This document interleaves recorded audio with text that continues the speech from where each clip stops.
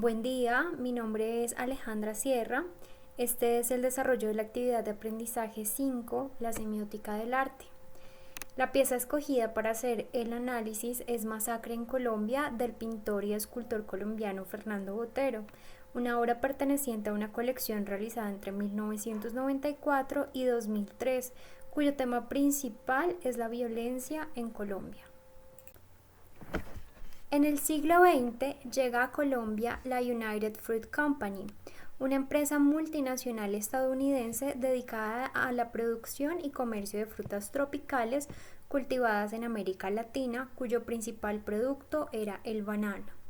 Con su llegada al país se generó un crecimiento en la industria que conllevó a la mejoría de la infraestructura de transporte, principalmente en la zona del Magdalena, que era por donde se exportaba el banano hacia los Estados Unidos y Europa. También se estableció como una importante fuente de empleo para los colombianos, ya que requerían múltiples trabajadores para poder desarrollar su actividad. La United Fruit Company declaró que los trabajadores eran responsabilidad de los contratistas y que ni los empleados ni los contratistas tenían que ver con la multinacional, sosteniendo que no tenían trabajadores a pesar de sus grandes producciones para así poder evitar las legislaciones laborales con el fin de mantener un régimen de explotación laboral que les permitiera tener unas ganancias más amplias y evitar costos de producción. Para el año 1915, el gobierno colombiano empezó a crear leyes regulatorias para establecer las condiciones laborales en el país. Sin embargo, la United Fruit Company se rehusó a entender y aplicar los beneficios para los empleados que traían estas leyes, por lo cual los trabajadores empezaron a sentir inconformismo. Adicionalmente, la multinacional empezó a incumplir los pagos y posteriormente implantaron un sistema de pago por vales. Estos vales, al canjearse por dinero, cobraban entre el 10 y el 30% de comisión que debía asumir el trabajador. Al mismo tiempo, dadas las condiciones sanitarias de la zona, se empezaron a generar enfermedades como el paludismo, la anemia tropical, la tuberculosis, entre otras que empezaron a afectar a la población. Ante las inconformidades de los trabajadores, se crearon grupos de sindicatos que se fueron organizando hasta elaborar un pliego de peticiones que fue votado unánimemente. Este pliego contaba con 9 puntos a través de los cuales se exigían pagos de seguros, derecho al descanso dominical, aumentos salariales, abolición del sistema de comisiones por cobro de vales, pagos semanales en efectivo, suspensión de los contratistas e intermediarios, creación de hospitales para los trabajadores, entre otras. Al ver esta situación, la United Fruit Company sintió que los trabajadores se estaban convirtiendo en una amenaza para la continuidad de su negocio y se negó rotundamente a negociar con los trabajadores. El gobierno no tomó en cuenta las peticiones de los sindicatos, por lo cual estos tomaron acciones y convocaron a todos los trabajadores a una reunión en Ciénaga el 5 de diciembre de 1928, con el fin de desplazarse al siguiente día a Santa Marta, donde harían una gran huelga exigiéndole al gobernador hacer valer sus derechos y obligar a la United Fruit Company a tomar en cuenta sus peticiones. El gobierno nacional no apoyó en absoluto a los trabajadores ni a la mediación ante la empresa, sino que por el contrario militarizó la zona para garantizar el orden público. El general Cortés Vargas, responsable de desplegar las fuerzas militares, se ubicó en la estación del ferrocarril, prohibió las reuniones de más de 3 personas y decretó un toque de queda en el territorio. Adicionalmente, ordenó a todos los participantes de la huelga que estaban reunidos a que se retiraran de la zona o las tropas militares dispararían en su contra. Todos los trabajadores pensaron que esta amenaza no era en serio porque además confiaban en el Ejército Nacional y pensaban que estaban a su favor. Sin embargo, después de 2 oportunidades y 6 minutos aproximadamente, la comunidad no tomó en serio las órdenes y el general Cortés Vargas ordenó a sus hombres disparar a la multitud. Aquella noche murieron cientos de personas que únicamente estaban exigiendo sus derechos ante el silencio de un gobierno que debió garantizar su bienestar en lugar de proteger los intereses de una multinacional. Los cuerpos fueron abandonados en alta mar, otros fueron enterrados en fosas comunes y finalmente dejaron 9 cuerpos. Cada uno significaba una petición del pliego y fueron abandonados a lo largo del pueblo. Inicialmente voy a hacer un análisis descriptivo. En esta parte vamos a hablar acerca de la visión directa. En esta pieza tenemos una composición cuyo elemento principal es una pila de gente compuesta por 6 personas heridas y un séptimo personaje que está cayendo a esa pila. Estos personajes tienen sus camisas abiertas o desgarradas. Es posible ver gran detalle en los botones de las camisas y la textura de las cuerdas que se encuentran amarradas a sus manos y en uno de los personajes en el cuello. Todos tienen múltiples heridas de bala en sus cuerpos. En el fondo tenemos un conjunto de casas en mal estado. Se puede ver la textura de los tejados y los ladrillos que están en los escombros hacia el suelo, así como una textura adicional en las paredes. Hay partes de madera y piedra en el piso. Una de estas casas parece que se encontrara en llamas. También hay una pared alargada en la zona derecha de la pintura. En el centro de la pintura se pueden ver múltiples balas que están haciendo alusión a movimiento. Con respecto a los inventarios semánticos, como elementos recurrentes podemos ver que Fernando Botero a lo largo de su carrera como artista maneja un estilo figurativo que ha desarrollado y transformado a lo largo de su carrera y se conoce actualmente como el boterismo. Este estilo se caracteriza especialmente por el manejo de la volumetría exaltada, es decir, la acentuación marcada de las obras que da una noción de tridimensionalidad. Asimismo, él o los elementos principales de la obra ocupan la mayor parte del paisaje, casi que llenando el lienzo por completo. Se tiende a creer que en sus obras representa personas gordas o elementos gordos. Sin embargo, esto es completamente falso y se puede evidenciar en el tamaño de los rasgos faciales de los personajes. No se representan tampoco elementos de cuerpos gordos como la flacidez de la carne, entre otros aspectos.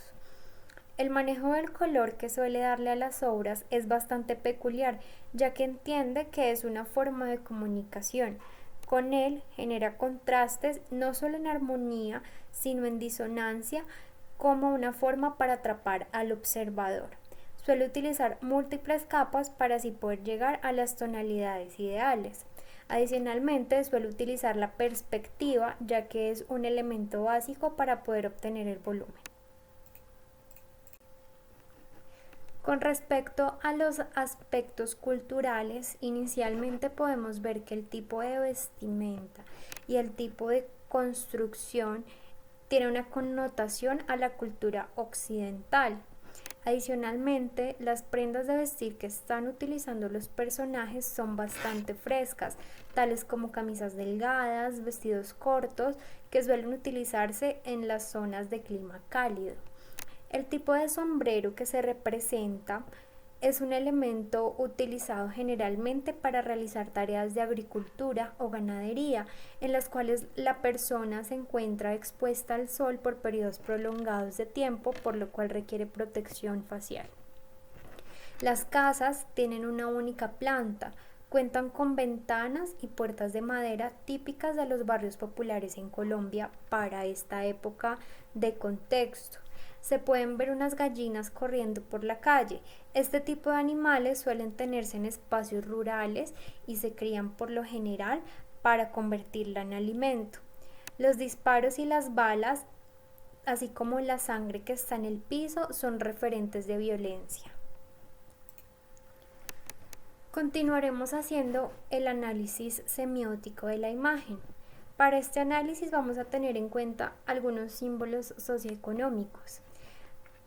Dadas las condiciones ambientales de las casas alrededor y de la similitud de la vestimenta, podríamos decir que todas las personas representadas en la pintura pertenecen al mismo nivel socioeconómico que habitaban en la misma comunidad. Las casas muestran también una condición de vivienda básica, en el cual los habitantes no son sumamente pobres, pero tampoco pertenecen a grandes élites ni a personas completamente adineradas o los mejores puestos de la sociedad. Algunos personajes se les muestra con las manos amarradas. Esto podría indicar que se encontraban indefensos en el momento en que fueron atacados y no tuvieron oportunidad para defenderse. Uno de los personajes tiene una cuerda en el cuello. Esto podría referirnos al dicho popular "se echó la soga al cuello", lo cual significa que él mismo se buscó un problema. En contexto con la situación histórica, cuentan quienes vivieron este hecho que los militares hicieron varias advertencias antes de iniciar los disparos y las personas no quisieron hacer caso, principalmente porque no pensaron que fueran a ser atacados de una manera tan brutal. Por tanto, al no retirarse cuando les advirtieron, podría aplicarse este refrán popular y el personaje se echó la soga al cuello. El hombre que aún está de pie significa la fortaleza y las ganas que tiene de aferrarse a la vida. El sombrero del personaje principal está en el aire y el hombre está cayendo en ese instante. Eso implica que los sucesos están ocurriendo en ese preciso momento y que justo acaba de recibir los disparos que se ven en el aire. Da también la sensación de movimiento a la obra. Se puede ver un color más pálido en los cuerpos que están más debajo. Esto podría significar que llevan más tiempo muertos que los que están en la parte de arriba. La expresión facial del personaje femenino que está a la izquierda muestra profundo dolor y aflicción, esto debido a toda la situación. La ropa rasgada o semipuesta puede indicar la fragilidad que tiene la vida de los seres humanos. El derrumbe de las casas en la parte trasera de la imagen puede significar también el derrumbe de esa población y todas sus aspiraciones. Las gallinas corriendo hacen referencia al miedo y el pánico que se creó en esa escena. La trayectoria de las balas se encuentra realizando una especie de X, lo cual podría mostrar el rechazo del artista ante esta situación.